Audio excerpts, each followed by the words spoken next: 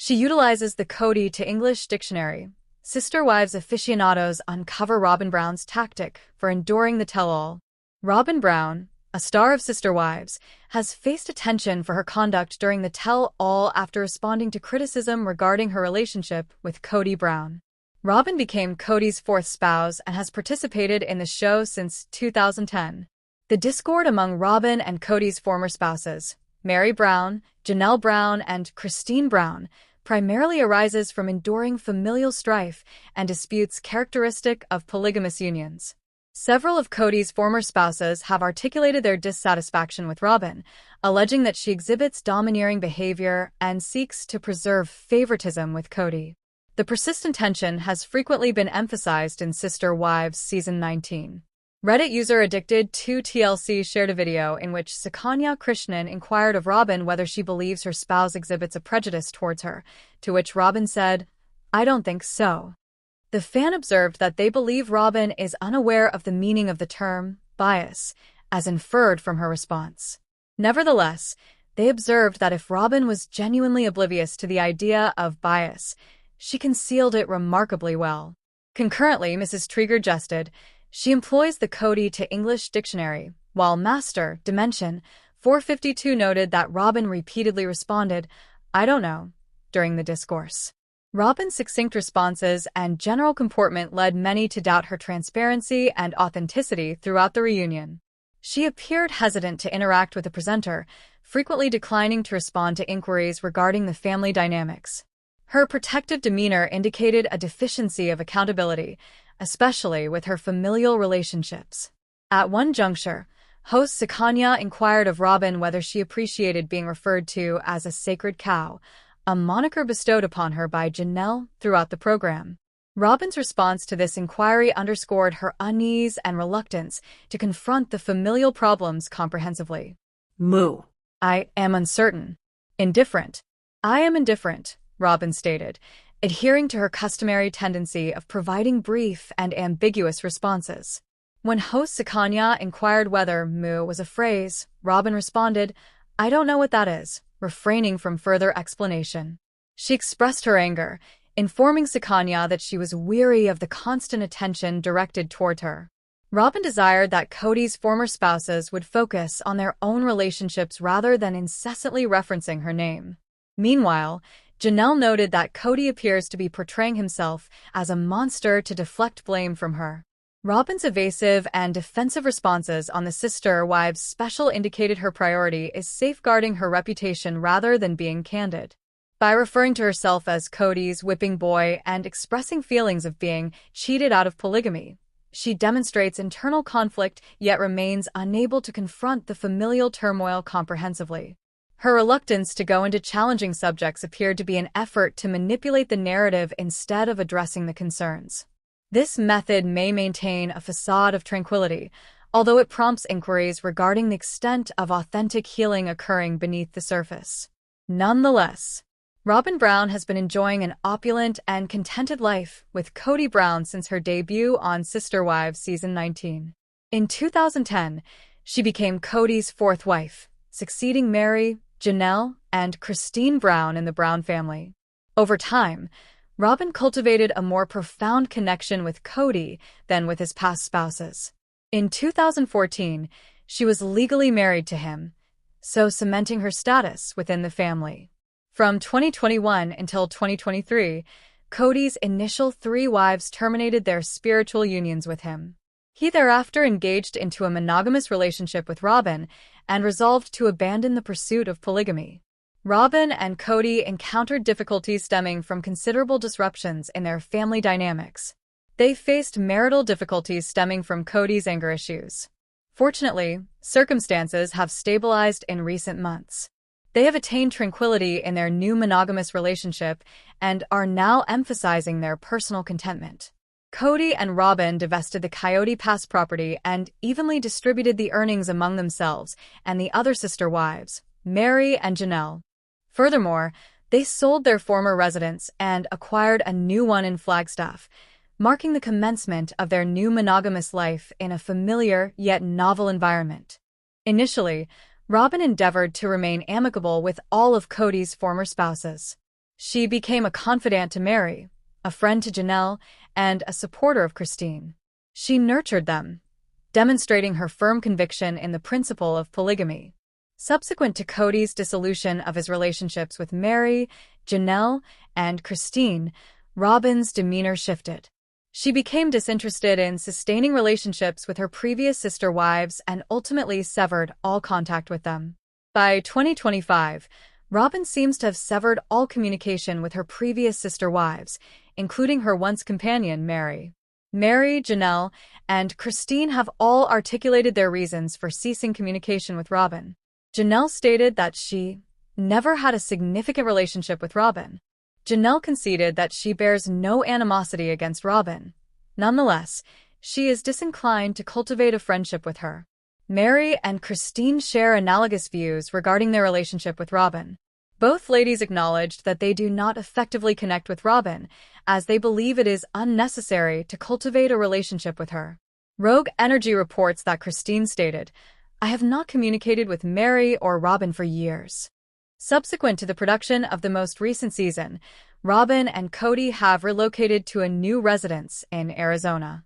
The couple had possessed a 4,476 square foot residence in Flagstaff, Arizona. They purchased it for $890,000 5 years prior and invested much time there.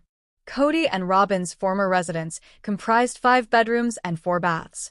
The property was adjacent to a national forest, rendering it highly picturesque. In late 2024, Robin and Cody put their residence on the market. They swiftly identified a purchaser and sold it for $1,775,000, yielding nearly quadruple the profit. The new property features a 7-car garage, a guest house, and sufficient space for an RV, where their son, Dayton, may reside. Robin and Cody acquired their new residence for $2.1 million, signifying their financial stability. Certain family members have labeled them as shopaholics due to their lavish expenditures.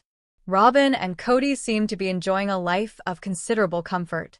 Cody exhibited disappointment and despondency following the dissolution of his spiritual unions with Mary, Janelle, and Christine.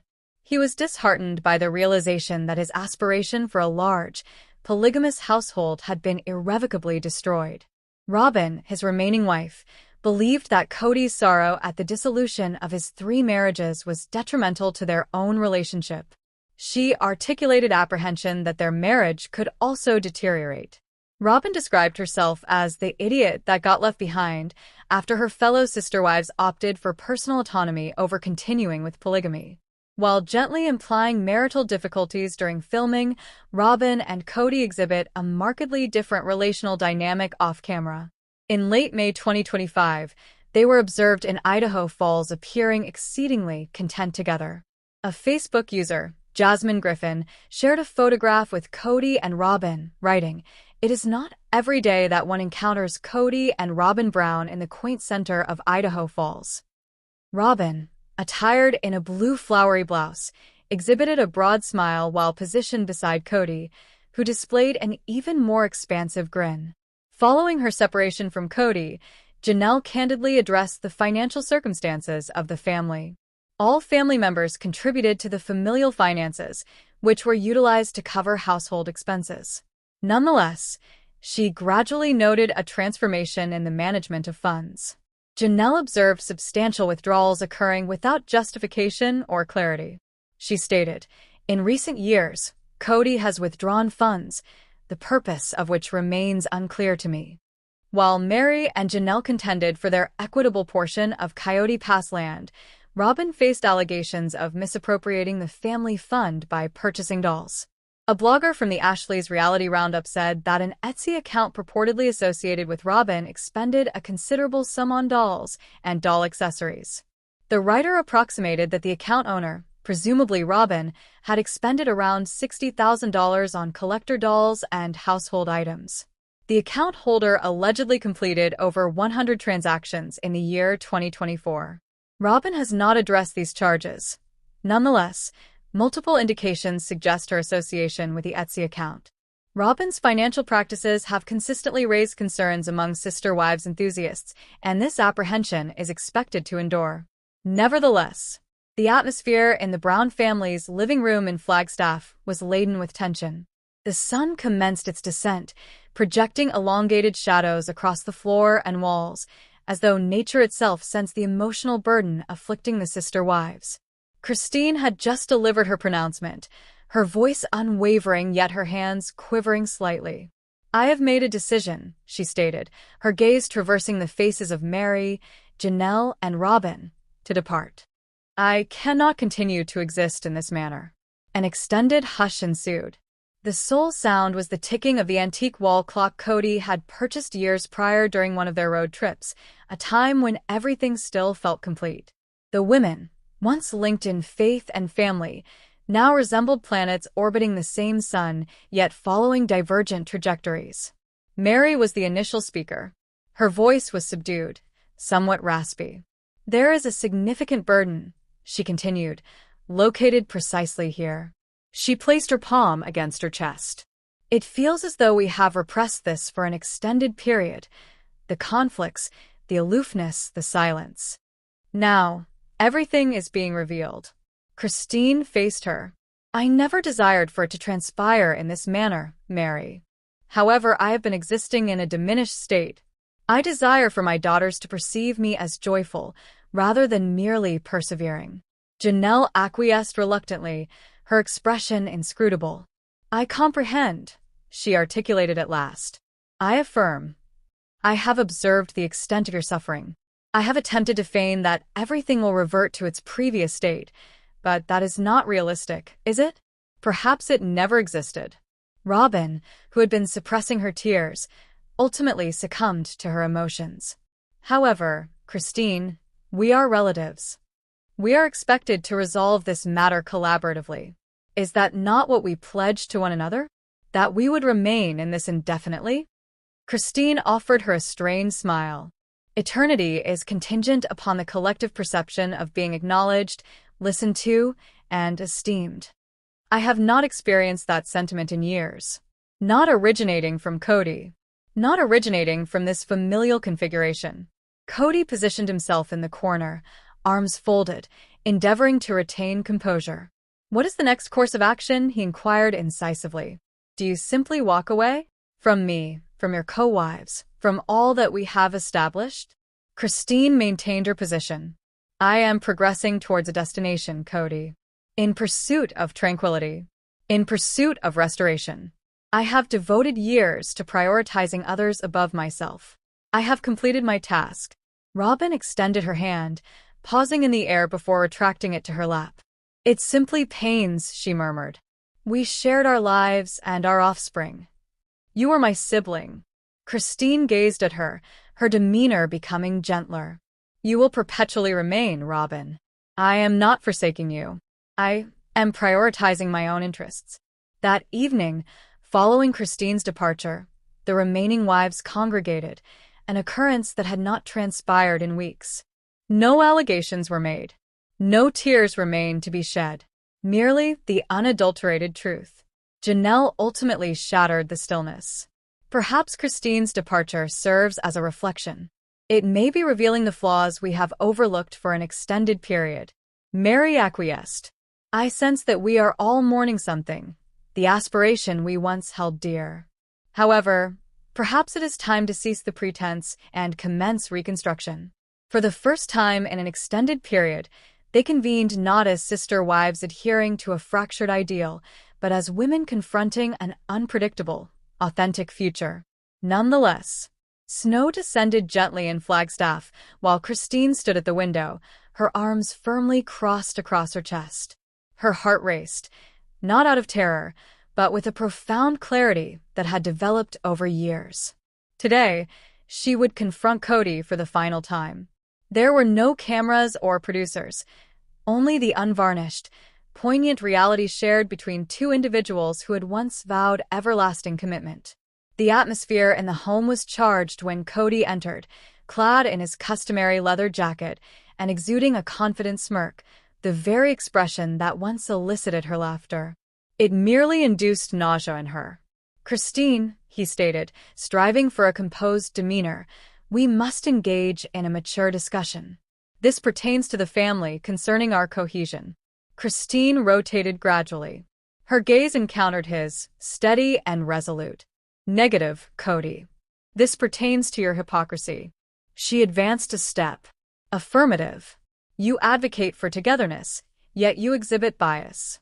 You instruct the children to be equitable, yet you make exceptional concessions for Robin while the remainder of us are regarded as mere afterthoughts. You speak of God, love, and commitment, yet where was your dedication to me during my time of greatest need? He opened his mouth, but she did not permit him to interject. Do you recall when Truly was unwell? Do you recall how I implored you to join us? You opted to remain with Robin's children due to their perceived fragility. What is the status of my daughter? What is to be done regarding our daughter? Cody retreated, adopting a defensive posture. I was acting in accordance with my judgment of what was optimal. Christine emitted a derisive laugh. No, you were opting for the path of least resistance. You have spent years manipulating us into believing we were at fault. However, I am finished permitting you to alter truth. The words penetrated the air like a knife. Cody hesitated, his voice diminished in volume. You exhibit strong emotions. You are distorting the facts. I am not distorting anything. I experienced it, she responded, her voice quivering yet resolute. I cannot appreciate a man who declines to accept responsibility for the harm he inflicts. For the first time in years, Christine felt empowered in his company. She experienced empowerment due to her revelation of personal truth. I am not seeking your consent, she persisted. I am departing. Not only in a physical sense, but also in emotional and spiritual dimensions. You no longer own any control over me. Cody's gaze intensified. Is that all? Are you fracturing the family? Negative, Christine responded. You accomplished that a considerable time ago. I am finally departing from the devastation. She then seized her coat and opened the door. The snowfall had ceased, and the sky was transitioning to a light blue hue. Christine exited, inhaling the frigid air as if it represented liberation. Meanwhile, Cody remained indoors, alone amidst the reverberation of his own justifications. Christine resided in Utah, inhabiting a humble dwelling characterized by laughing, visiting children, and home-cooked meals. She initiated a blog titled Breaking Free, in which she chronicled her journey, not as a victim, but as a woman asserting her value. One evening, Truly glanced up from her studies and inquired, Mom, you are genuinely content now, are you not? Christine smiled and bestowed a kiss upon her daughter's forehead.